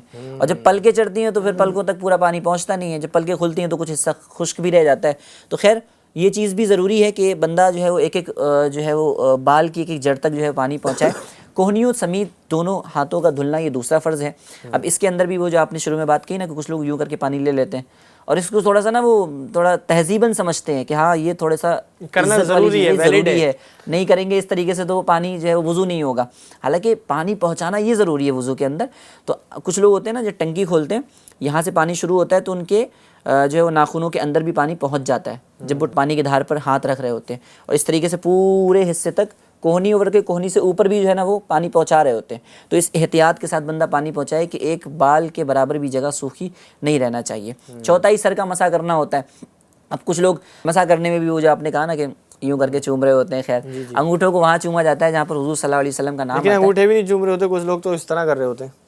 تو ایک وہ تو ان concept سب بن گیا چیزوں ہے۔ کا بھی کوئی ثبوت نہیں ملتا. خیر جو طریقہ کار ہے وہ میں آپ کو عرض کر دیتا ہوں کہ بندہ مسح کس انداز میں کرے اپنی ہاتھوں کی. چوتھائی سر کا کیا مطلب ہے؟ چوتھائی سر چوتھائی سر کا مطلب یہ ہے کہ جتنا سر کا ایریا ہے اس سر کے ایریے کے اگر مثال کے طور پہ 4 حصے کیے جائیں تو اس میں سے جو ایک حصہ ہوگا اس کے برابر جو ہے وہ مسح ہو جانا چاہیے. یعنی یہ فرض ہے. یہ فرض ہے. اور سنت تو ہے کہ پورے سر کا مسح ہوتا ہے اور پھر اس کے ساتھ کانوں کا بھی مسح ہو رہا ہوتا ہے. تو مسح کا جو طریقہ کار ہے وہ سن لیجئے کہ 3 انگلیوں کو آپ نے آپس میں ملانا ہے. سامنے ناظرین 3 انگلیوں کو اپنے آپس میں ملانا ہے. یہ چوتھائی سر کا بتا رہے ہیں آپ یا مکمل سر؟ یہ مکمل سر کا میں مسح جو ہے وہ عرض کر رہا سنت جو ہوں. ہے. تینوں انگلیوں کا آپ نے ملانے کے بعد جو ہے وہ یہ جو انگلی کا حصہ ہے یہ آپ نے وہاں پہ رکھنا ہے جہاں سے بال اگتے ہیں اور اس انگلی کو اور اس انگوٹھے کو الگ رکھنا ہے. ان تینوں انگلیوں کو آپ نے جو ہے وہ جہاں پر بال اگتے ہیں عادتاً وہاں پر رکھنا ہے اور وہاں سے لے کر کے جو چاند کہتے ہیں یا آدھا سر جس کو کہا جاتا ہے وہاں تک لے کر جانا ہے. پھر چھوڑ دینا ہے. اب اس کے بعد ان سے مسح ہو گیا. اب آئی ہتھیلی کی باری. ہتھیلی سے جو ہے نا وہ پیچھے سے آگے کی طرف لے کر آنا ہے. ٹھیک ہے. اب ان کا بھی کام ہو گیا, ہتھیلیوں کا بھی کام ہو گیا. اب رہی بات انگلیوں سے, پھر وہ کانوں کو اندر سے صاف کرنا ہے. ٹھیک ہے جی, کانوں سے اندر سے صاف کریں گے انگلیوں کے ذریعے. رہی بات انگوٹھے کی, تو پھر انگوٹھے سے کان کے پیچھے کے حصے کا مسح کر لیں گے. اور پھر اب اس سے مسح ہو گیا, اب اس سے بھی مسح ہوتا ہے, اس سے مسح ہو گیا. اور جو ہاتھ ہے, ہاتھ کی جو پیٹھ ہوتی ہے اس سے جو ہے نا وہ گردن سے اوپر والے حصے کا مسح کر لیں گے. کچھ لوگ ہوتا ہے اس کے اندر یہ بے احتیاطی کر رہے ہوتے ہیں کہ وہ گردن کے نیچے تک لے کر آ رہے ہوتے ہیں یوں انداز پہ. تو یہ نہیں کرنا چاہیے, بلکہ بس یہیں پر آپ مسح کر کے اس کو یوں ہی چھوڑ دیں. تو یہ مسح کا انداز ہوتا ہے, اس انداز میں مسح کرنا چاہیے. اور جو چوتھا فرض بیان کیا گیا کہ ٹخنوں سمیت دونوں پیروں کا دھلنا, اس کے اندر بھی بہت احتیاط کی ضرورت ہے کہ بندے جو ہے وہ انگلیوں کا خلال نہیں کر رہے ہوتے ہیں جس کی وجہ سے اندر تک پانی نہیں پہنچ رہا ہوتا. خیر یہ ایک ڈیٹیل مسئلہ ہے اور اس چھوٹے سے پروگرام میں ساری چیزیں بیان کرنا ہی مشکل ہے. تو آپ جو ہے نا وہ اس کے مسائل بھی پڑھیں اور اس کے مسائل کے لیے فرض علوم کورس نام سے جو ہے کتاب بھی آتی ہے, وہ بھی آپ مطالعہ فرمائیں. وضو کا طریقہ, نماز کے احکام, اس طریقے کے نام سے کتابیں بھی آتی ہیں. دعوت اسلامی کے قافلے ہی ماشاءاللہ ایک بہترین ذریعہ ہے. قافلوں میں سفر کرتے رہیں گے تو وضو, غسل, نماز سب سیکھ جائیں گے. پریکٹیکل طریقہ بھی وہاں پر آپ کو دیکھنے کو ملے گا. تو قافلے میں تو ضرور جانا چاہیے. قافلے میں جانا تو یہ ہر مہینے آپ اپنے شیڈیول میں شامل کر لیں, 3 دن کا مدنی قافلہ. تو انشاءاللہ الکریم وضو, تیمم, غسل, نماز اور دیگر جو مسائل ہیں وہ انشاءاللہ الکریم آپ کو پتہ چلتے رہیں گے. FGN چینل کے ویورز, دوسرا سیگمنٹ بھی ہمارا مکمل ہو چکا ہے. آئیے بڑھتے ہیں تیسرے سیگمنٹ کی جانب جس کا نام ہے پہچان بتاؤ تو مانے. FGN چینل کے ویورز, اس سیگمنٹ کے اندر علی بھائی اور اعظم بھائی کے درمیان ایک یوں سمجھ لیں, یا تو کمپٹیشن سمجھ لیں یا اس کو کیا کہیں گے, ایک کسوٹی سمجھ لیں یا ایک گیم سمجھ لیں. لیکن اس میں مزہ آتا ہے آپ کو بھی مجھے بھی, کیونکہ آپ بھی دیکھ رہے ہوتے ہیں, میں بھی دیکھ رہا ہوتا ہوں. تو یہ کر کے مزہ لیتے ہیں تو ہم دیکھ کر مزہ لیتے ہیں. تو مدنی کسوٹی ہوگی انشاءاللہ الکریم. علی بھائی کوئی ایک چیز سوچیں گے, کوئی شخصیت ہوگی یا کوئی ایک چیز ایسی ہوگی جس کو عوام الناس یعنی اکثر لوگ جانتے ہوں گے, آپ بھی جانتے ہوں گے, میں بھی جانتا ہوں گا. تو 11 سوال یا 10 سوال, 10 سوالات 9 سوال کر کے 10ویں سوال پر جواب دینا ہوتا ہے, یا 11ویں پر. تو 10 سوال کرنے کے بعد 11ویں پر جواب دینا ہوتا ہے. تو وہاں تک سوال کرنے کی اجازت ہوتی ہے. تو دیکھتے ہیں آج علی بھائی کیا سوچنے والے ہیں, اعظم بھائی کیا بیان کرنے والے ہیں, یعنی کیا سوال کرنے والے ہیں. کیا یہ پہنچتے ہیں یا نہیں پہنچتے, یا اعظم بھائی کیا سوچنے والے ہیں, علی بھائی پہنچتے ہیں نہیں پہنچتے. یہ تو سیگمنٹ بتائے گا. تو بڑھتے ہیں سیگمنٹ کی جانب. جی علی بھائی, آپ پہلے سوچیں گے یا اعظم بھائی کو موقع دیا جائے؟ آج علی بھائی کو موقع دیا جائے سوچنے کا. تو ٹھیک ہے, چلیے ٹھیک ہے جی, علی بھائی سوچ لیجیے. آپ کے پاس پھر 10 سوال ہوں گے تو 11ویں پر آپ کو جواب دینا ہے انشاءاللہ. چلیے میں نے سوچ لیا. سوچ لیا. اچھا علی بھائی, مشکل ہے آسان ہے؟ آسان ہے. آسان ہے, چلے بھائی آسان. سوچ لیا, ماشاءاللہ. پہلا کیا سوال, آپ کی مرادی شے انسان ہے؟ جی. ماشاءاللہ. کیا سوال کیا؟ انسان. انسان ہے. جی انسان ہے. انسان ہے جی. اب تو پہنچ گئے, انسانوں تو پہنچ گئے. میں انسان تک پہنچے, انسانوں تک پہنچا ہوں. کروڑوں میں تعداد ہے. یعنی اب دیکھو نا دنیا میں جو مخلوقات ہے ان میں سے ایک دائرہ تو ہو گیا نا کہ انسان پر آ گیا. چلو کیا بات, ماشاءاللہ. کیا آپ کی مرادی شے انبیاء میں سے ہے؟ نہیں. نہیں 2 سوال ہو گئے. روشن ضمیر نہیں ہے یہ. یعنی اور قریب آ گیا نا, ان انبیاء میں سے نہیں ہے. اب چلو نیچے آئیں گے. قریب ہی آنا ہے انشاءاللہ, پہنچ جانا 2 سوال ہو چکے ہیں. انسان ہیں لیکن انبیاء میں سے نہیں ہے. نہیں ہے. کیا آپ کی مرادی شے صحابہ یا صحابیات میں سے ہے؟ نہیں. نہیں. جی 3 سوالات بڑھا رہے ہیں آپ. اب بچے کون؟ کیا آپ کی مرادی شے حیات ہے؟ حیات سے مراد کیا مطلب؟ ظاہری تو حیات سے متصف. جتنے بھی اللہ کے نیک بندے ہیں, ہم تو ہمارا اولیاء کرام ابھی کنایات نہیں ہے, آگے ابھی پیچھے کر رہے ہیں علی بھائی تھوڑا سا. ظاہری حیات سے متصف ہیں. ظاہری طور پر حیات ہیں. ماشاءاللہ 4 سوال ہو گئے. ظاہری حیات ہے. ظاہری حیات بھی ماشاءاللہ. ہیں. شاید ہمارے اسٹوڈیو میں تو نہیں بیٹھے ہوں وہ, یہاں تو نہیں ہے نا علی بھائی؟ کتنے 5 سوال ہوگا نا؟ 4 سوال ہوئے ہیں. 4 سوال ہو گئے. 4 ہو گیا تو پہنچنے والے ہیں ماشاءاللہ. ناظرین بھی دیکھیں پہنچ رہے نہیں پہنچ رہے. کیا وہ ہندوستان میں رہتے ہیں؟ مطلب ہندوستان سے تعلق ہندوستان میں؟ دیکھیے ایک تو ہندوستان سے تعلق اور ایک ہندوستان میں رہتے ہیں. اب آپ کیا پوچھنا چاہ رہے ہیں؟ کیا وہ ہندوستان میں ہیں اس وقت؟ جی. جی ہاں. 5 سوال ہو گئے اور ہندوستان میں ہے بھائی. میں نے کہا تھا نا آسان ہے, آج تو آپ نے کہا آسان ہے, مشکل تو آسان ہے بھائی. اللہ اکبر. ابھی بھی لیکن ابھی بھی بہت مشکل ہے. اعظم بھائی پہنچ مشکل تو جائیں. ہے. اچھا ایک سوال ہونا چاہیے. اچھا ابھی تو 5 سوال باقی ہیں. ایک کیوں؟ جی جی 5 سوال کر سکتے ہیں ابھی تو. کریں جی. آپ کر سکتے ہو, کوئی مسئلہ نہیں. اچھا وہ چل رہا ہوتا ہے تو دل کرتا ہے میں بھی کچھ بولوں. جی جی بالکل. نہیں لیکن حصہ آپ کا ہی حضور. جی نہیں آپ اگر آپ کرنا چاہیں گے طرف سے تو اجازت ہے. اچھا ٹھیک ہے. وہ حیات باحیات نہیں ہیں, ہندوستان میں ہے. باحیات ہیں. اچھا باحیات ہیں. جی 5 سوال ہو چکے ہیں آپ کے. ہندوستان میں ہے. کیا ان کا تعلق دعوت اسلامی انڈیا سے ہے؟ دیکھیے دعوت اسلامی انڈیا سے تعلق سے مراد کیا, آپ کیا کہنا چاہ رہے ہیں؟ مطلب تعلق ہر عاشق رسول ہی ماشاءاللہ محبت کرتا ہے, تو محبت ایک تعلق تو ہے نا بھائی. یعنی تعلق ہے آپ کہہ سکتے ہیں, یعنی تعلق ہاں ہے. مطلب تعلق ہے. علی بھائی اب تو آسان سوچا ہے تو اس کو مشکل بنا نہیں پائیں گے. مشکل کیوں بنا رہے ہو؟ جی 6 ہو چکے. یعنی تعلق آپ کہہ رہے ہو تو تعلق تو ہے کہیں نہ کہیں تو سمجھو. ٹھیک ہے. اچھا دعوت اسلامی کا تعلق ہے کچھ نہ کچھ. 6 سوال ہو گئے. اب دیکھیں تعلق میں نے کہا کہ محبت سے بھی ہوتا ہے. ٹھیک ہے, کسی نے FGN پر آپ کو دیکھ لیا تو اس کو محبت ہو گئی. ایک تعلق اس کا بھی ہے. اللہ. اچھا ٹھیک ہے جی. حیات ہیں, حیات ہے, انڈیا میں ہے, دعوت اسلامی سے تعلق ہے. ماشاءاللہ کافی چہرے آپ اپنے ذہن میں لے کر آئیں بس. دعوت اسلامی انڈیا میں بھی ماشاءاللہ ایک سے ایک ہیرے پڑے.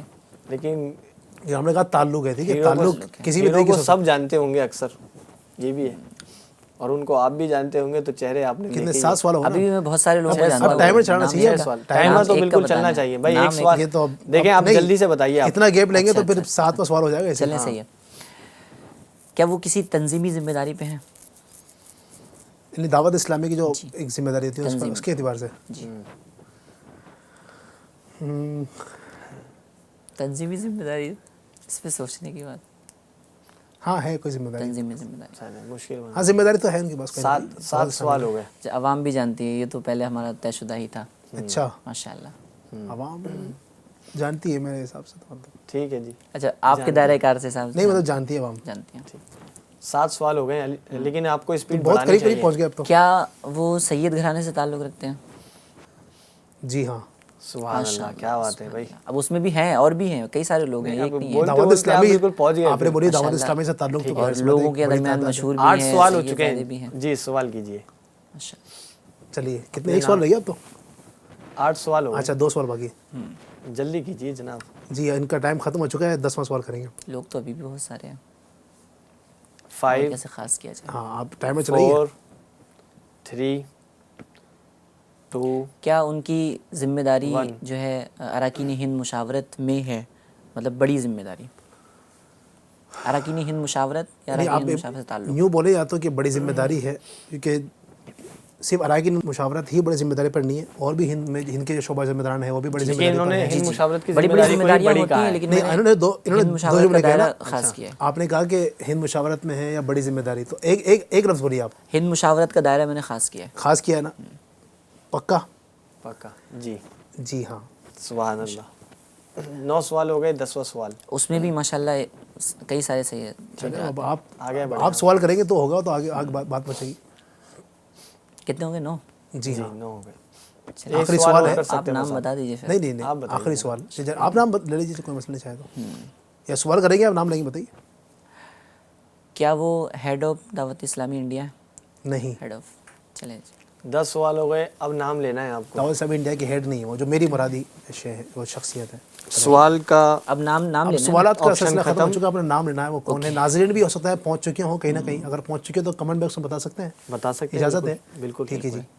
چلیں جی، آپ کی مرادی شخصیت جو میرے ذہن میں ہے وہ ہیں سید اعظم شاہ صاحب. ڈن. آپ کا جواب بالکل صحیح ہے. سبحان اللہ، کیا بات ہے، ماشاء اللہ. اعظم بھائی پہنچ گئے. اعظم بھائی تو اعظم بھائی ہیں. اعظم بھائی بھی اعظم ہے نا، میں وہی جن کے بارے میں سوچا وہ بھی اعظم، کیا سید بات ہے، اعظم. ماشاء اللہ، اپنے نام تک پہنچ گئے. کیا بات ہے، ماشاء اللہ. چلے اب میری باری. مطلب چلیں ٹھیک ہے، صحیح ہے. باری تو ان کی ہے سوچنے کی، آپ کی سوال کی باری ہے. میری باری. جی اعظم بھائی کچھ ایسا سوچیں کہ ناظرین بھی کہیں کہ یار واہ کیا زبردست چیز سوچی ہے اعظم بھائی نے. چلیں ٹھیک انشاءاللہ آسانی سوچیں گے. انشاءاللہ. اعظم بھائی تو خیال رکھتے ہیں، ہر بار ہمارا خیال رکھتے ہیں، آسان سوچ سوچتے لیا، ہیں. اس بار بھی سوچ خیال. جی سوچ لیا ہے. کیا وہ انسان ہے جو آپ نے سوچا ہے؟ کیا بات ہے، ماشاء اللہ. جی انسان ہے، ظاہری طور پر حیات ہیں. ویسے مجھے ایسا محسوس ہوتا ہے کہ روشن قلب ہیں علی بھائی. اللہ واقعی جان لیتے ہیں ڈائریکٹ نا. پہنچتے ہیں تو اللہ اکبر، اللہ پاک بنائے اللہم آمین. جی. اپنے نیک بندوں کے صدقے، ورنہ کیا تو دوسرا ایسا کچھ سوال، نہیں. ماشاء اللہ. دوسرا سوال کیا کیا وہ ہے؟ ظاہری طور پر حیات ہے؟ ظاہری طور پر حیات، ظاہری طور پر حیات نا؟ جس طرح ہم اور آپ ظاہری طور پر حیات ہیں، نہیں دکھ رہے ہیں اس دو طرح. سوال ہوں گے. انبیاء میں سے ہیں؟ نہیں، انبیاء میں سے نہیں ہے. 3 سوال ہو گئے. ہندوستان سے؟ ہندوستان سے ظاہری طور پہ حیات نہیں ہے. ہاں، حیات تو نہیں ظاہری طور پر. جی ہندوستان سے نہیں ہے. 4 سوال ہو گئے.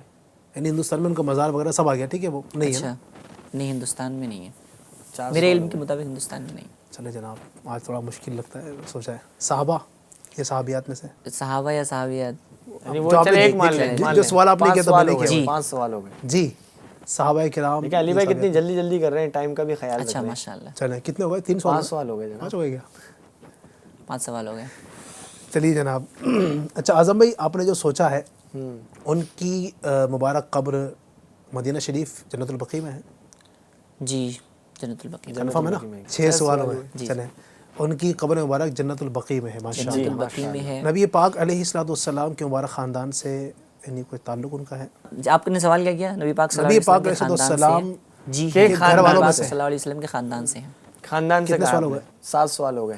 کیا وہ جی خاندان سے ہے نہیں ہے؟ ہیں. ہے؟ کیا وہ عورت ہیں؟ نہیں، عورت نہیں. چلیں جی مرد 8 ہے؟ سوال ہو گئے جناب. یعنی مردوں میں سے ہے. جی اور آپ نے 7 سوال. اچھا نبی 7 پاک سوال کے ہیں، 8 سوال. 8 سوال ہو گئے. اہل بیت میں سے آپ نے بتایا نا؟ ہاں کہا ہے. خاندان سے بات ہوئی تھی. اہل بیت میں سے ہیں نا؟ چلیں انہوں نے خاندان آپ نے لفظ لیا تھا، مطلب اس کے اندر اہل سب آ بیت گئے نا، میں ہے اہل نا؟ بیت وغیرہ چلیں سب. اور آسان کر دیا بیچاروں نے انہوں نے. چلیں جی. چلیے. ٹھیک ہے 8 سوال ہیں. ظاہری طور پر حیات نہیں ہے، جنت البقیع میں مزار ہیں، نبی پاک کے نواسے ہیں. نبی پاک صلی اللہ علیہ وسلم کے نواسے نہیں. اللہ. 9 سوال ہو گئے. اچھا اچھا. لاسٹ سوال ہے آپ کا. نبی پاک کے نواسوں کے والد ہیں؟ نواسوں کے والد؟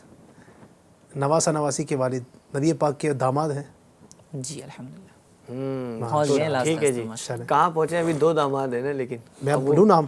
پہلے ایک داماد تو ظاہر سی بات ہے وہ جنت البقیع میں جی نہیں ہے. جی جی صحیح ہے، مطلب وہاں سے پہنچ گئے. ٹھیک ہے. آپ کی جو مرادی شخصیت ہیں اسلام کے تیسرے خلیفہ حضرت عثمان غنی رضی اللہ عنہ. آپ کا جواب بالکل درست. سبحان اللہ، کیا بات ہے. یعنی ماشاء اللہ علی بھائی پہنچ جاتے ہیں. کیا بات، آپ بھی پہنچ جاتے ہیں. لیکن پہنچ گئے ماشاء اللہ اعظم بھائی. کوئی سیدھا چلتا ہے تو بالکل، تو کوئی تھوڑا گھوم کر جاتا ہے، تو وہ انداز اپنا اپنا الگ ہے. ماشاء اللہ. FGN چینل کی ویورز اس سیگمنٹ کے اندر آپ بھی شامل رہا کریں. جب سوالات ہوا کریں تو آپ بھی غور کیا کریں، ذہن لگایا کریں کہ بات کہاں جا رہی ہے. ہو سکتا ہے یعنی وہ کون ہے. آپ یہ سوچا کریں کہ وہ شے جو سوچی ہے یا کسی شخصیت کا انہوں نے سوچا ہے تو وہ کون ہو سکتے ہیں. کیونکہ ہم ایسوں کا ہی یہاں پر ذکر کرتے ہیں، یعنی ان چیزوں کو سوچنے کا یہاں پر کہا جاتا ہے جو آپ کو بھی یعنی اکثر لوگوں کو معلوم ہوتی ہے اور مشہور ہوتی ہے. FGN چینل کی ویورز ملتے ہیں آپ سے اگلے ایپیسوڈ میں. تب تک کے لیے اپنا خاص خیال رکھیے. FGN چینل دیکھتے رہیے.